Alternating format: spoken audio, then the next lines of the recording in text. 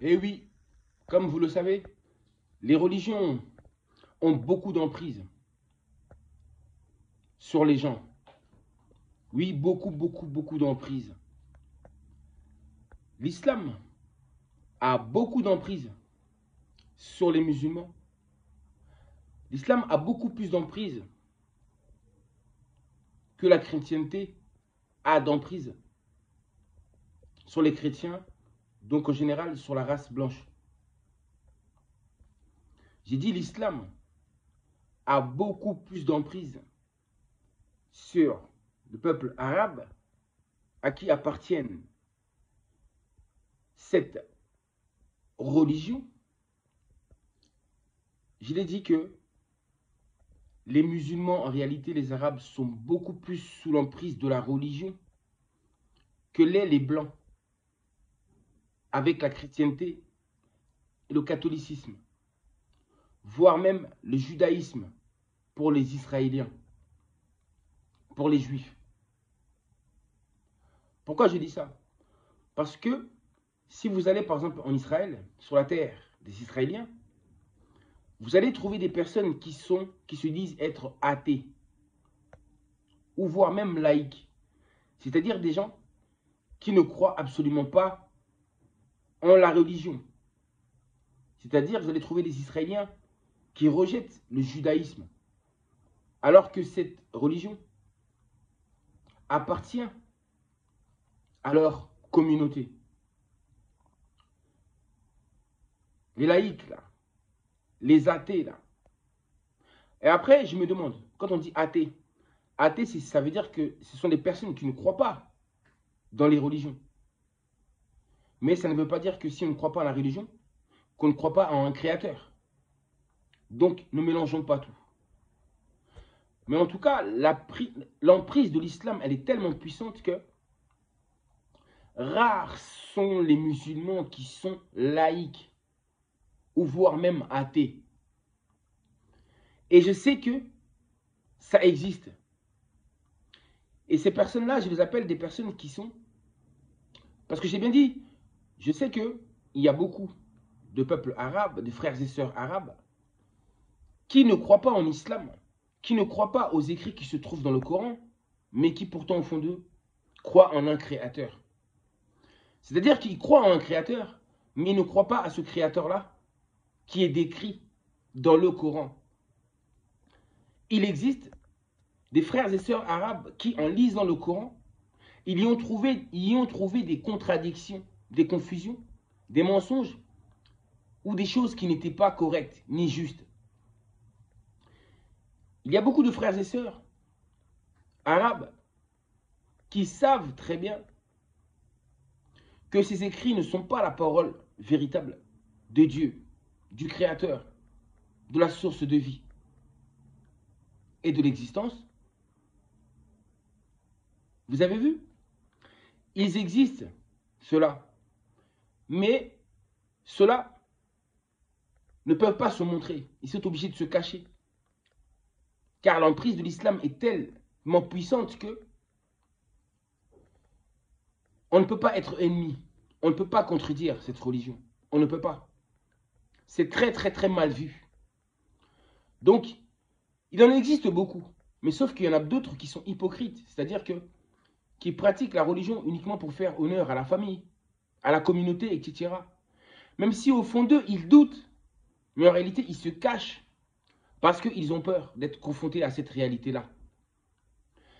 Donc, il y a une minorité qui sont courageux, qui n'ont pas peur et qui osent exprimer leur désaccord face à la religion qui a été inventée par leur propre communauté. Beaucoup sont exclus complètement. Ils sont exclus. Ils sont rejetés. En réalité, leurs paroles comptent peu. La communauté ne cherche pas à savoir qu'est-ce que pensent ces personnes-là. Quelle est la raison de leur désaccord? Ils n'ont pas le droit de s'exprimer. Ils sont étouffés. Et ça, c'est la vérité. C'est la vérité. Et le christianisme, le catholicisme aussi a une emprise sur les blancs. Oui, elle a une emprise. Mais je veux dire par là, c'est que elle est moins puissante parce que on trouve des laïcs déclarés, des athées déclarés, et chose qui est difficile à faire dans l'islam. Vous avez compris ce que je veux dire? Et de même pour le judaïsme. Parce que en Israël, là-bas, si vous allez là-bas, vous allez voir des coins où il y a des gens qui sont complètement laïcs, qui ne croient pas du tout à la Torah, ni au Talmud. Voilà. Moi, je suis un noir, un homme noir, mais je m'intéresse à tous les problèmes de l'humanité. Je m'intéresse à l'histoire de l'humanité. Je m'intéresse au bien-être de l'humanité. Je m'intéresse simplement à la vérité. Et je dis cette vérité. Et ce qui est triste là-dedans, je le répète encore, c'est que les Noirs, eux, soient aussi influencés à un tel point par des religions qui ne leur appartiennent pas.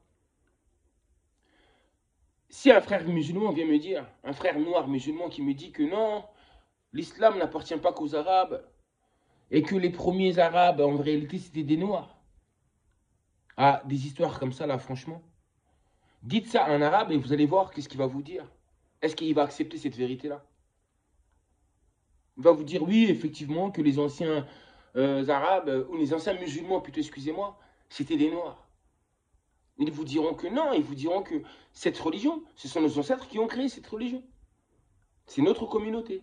Et c'est la vérité. La preuve, ça a été importé là-bas en Afrique par la force. Vous avez compris ou pas? Ils ont ramené ça en Afrique là-bas par la force. Et ça, vous ne comprenez toujours pas. Les Noirs ne comprennent toujours pas que ça ne leur appartient pas. Que leur Dieu croyait en un Dieu unique et suprême. Mais ils ne le percevaient pas de cette manière-là. Ils ne le voyaient pas de la même manière que le font les musulmans, les chrétiens, les judaïstes, les hindouistes, etc. Ça n'a rien à voir. Chaque peuple a sa perception, sa vision. Chaque peuple, sa particularité, je le répète tout le temps. Donc voici. Et ce que je dis, je sais que c'est la vérité. Il y a des frères arabes ou sœurs arabes qui entendront ce message-là. Beaucoup, au fond d'eux, savent que je dis la vérité. Mais vous n'oserez pas liker. Parce que vous avez peur. C'est la peur.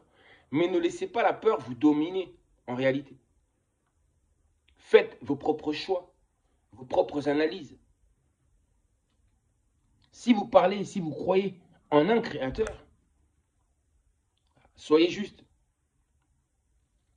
Donc, recherchez vraiment la vérité.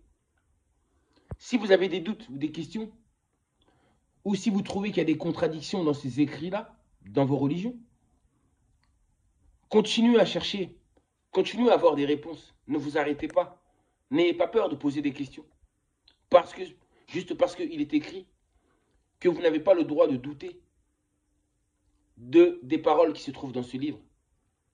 Que vous n'avez pas le droit de contredire ce qui est écrit. Car, soi-disant, cela est la parole de Dieu. Mes frères et sœurs, arabes et musulmans, pensez-vous vraiment que Dieu ait pris un stylo et ait écrit un livre lui-même? L'avez-vous vu, mes frères et sœurs? Non. Ne pensez-vous pas que ces livres-là, ces écrits-là viennent des hommes? Eh bien justement, il y a certains frères et sœurs arabes qui sont éveillés, qui le pensent, qui le savent très bien que c'est la parole des hommes. Mais eux, ils n'ont pas le droit à la parole. Et ça, ce n'est pas juste. Il faut la justice dans ce monde, dans tous les domaines. Autant que pour l'indépendance du peuple noir. La justice, en réalité. Il faut la justice. Il faut un peu de liberté. La liberté d'expression, mais la liberté aussi de penser.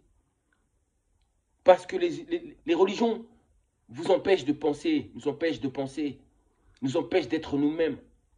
Et nous empêchent en fait de cette manière de nous connecter réellement à cette divinité que se trouve en nous. De pouvoir communiquer en réalité avec ce Dieu dont il ne cesse de nous parler. Je vous dis à très bientôt.